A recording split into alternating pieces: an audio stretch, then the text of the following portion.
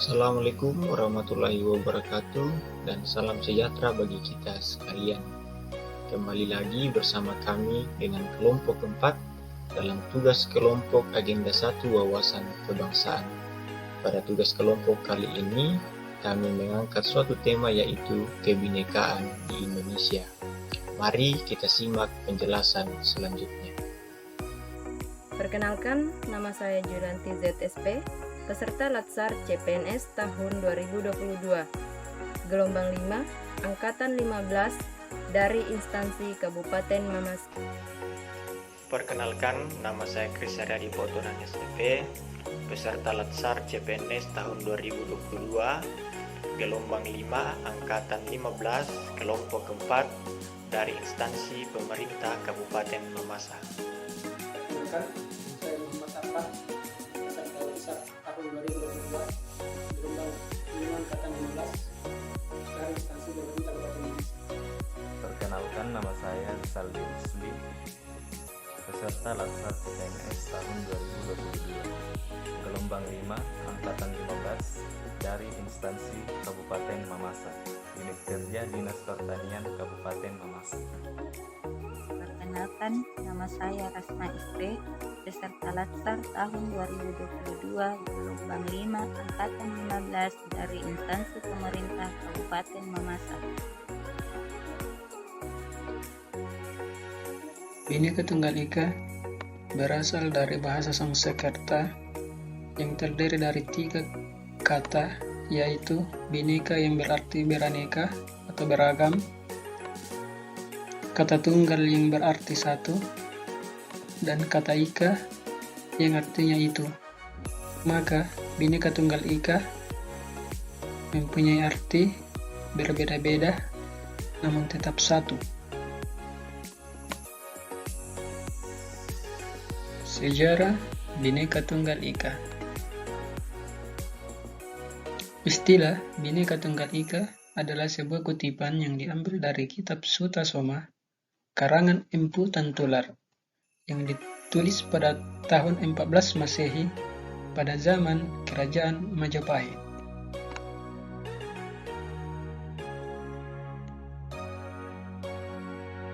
Bhinneka Tunggal Ika menjadi semboyan bangsa Indonesia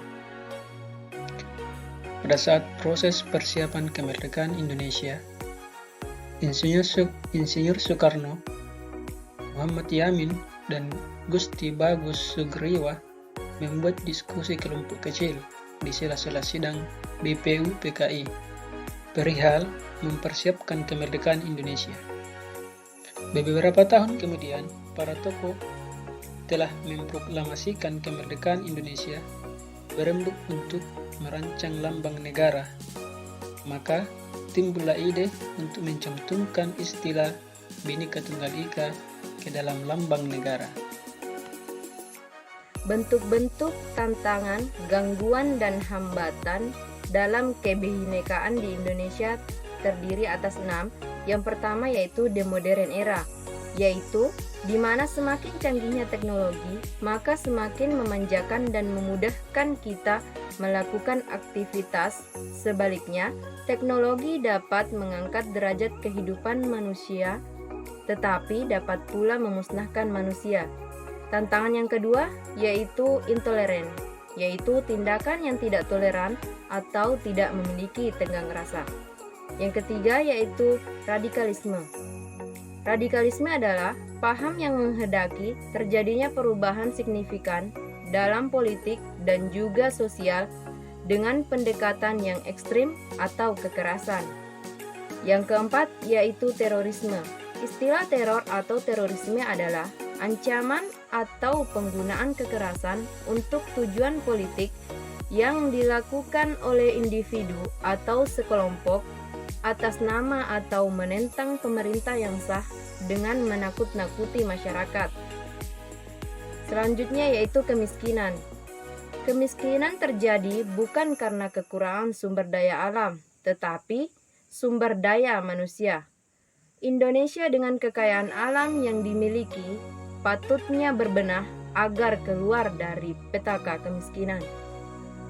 Yang keenam yaitu Alzheimer sejarah. atau biasa kita kenal dengan jas merah. Jangan sekali-kali melupakan sejarah. Bagaimana bangsa Indonesia dengan fakta-fakta sejarahnya menumbuhkan jiwa patriotisme yang lebih mengedepankan bangsa dan negara. Cara mengatasi bentuk-bentuk tantangan dan hal-hal yang menjadi perekat kebinekaan. Bentuk-bentuk tantangan kebinekaan. Yang pertama, intoleransi, yaitu tindakan yang tidak menunjukkan sikap tenggang rasa serta tidak menghormati keyakinan orang lain yang berbeda dengan diri sendiri atau kelompok. Cara mengatasi. Yang pertama, menghargai keberadaan suatu agama yang dianut masyarakat tertentu. Yang kedua, tidak mengganggu kehidupan pemeluk agama lain. Dan yang ketiga, antar pemeluk agama dapat saling membantu sejauh tidak bertentangan dengan ajaran agamanya masing-masing.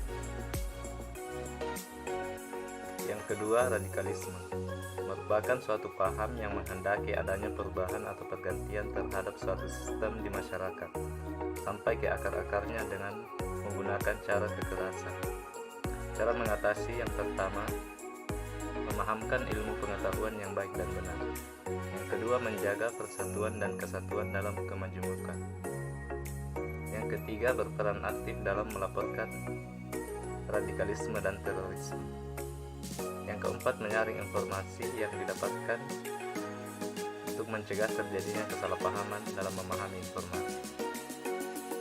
Yang kelima, ikut mensosialisasikan anti-radikalisme pada masyarakat. Yang ketiga adalah terorisme. Terorisme merupakan cara-cara yang menggunakan kekerasan untuk menimbulkan ketakutan dalam usaha mencapai suatu tujuan, terutama tujuan politik yang mengancam persatuan dan keamanan negara Indonesia. Cara mengatasi. Yang pertama, pahami berbagai bentuk ekstremisme agar lebih peka terhadap tindakan yang dapat berujung pada terorisme. Yang kedua, merangkul dan berdiskusi dengan individu atau kelompok yang terindikasi melakukan tindakan yang mengarah pada perilaku terorisme. Yang ketiga, laporkan segala bentuk tindakan terorisme karena dapat membahayakan masyarakat kepada pihak kepolisian setempat secara lengkap, jelas, dan lugas.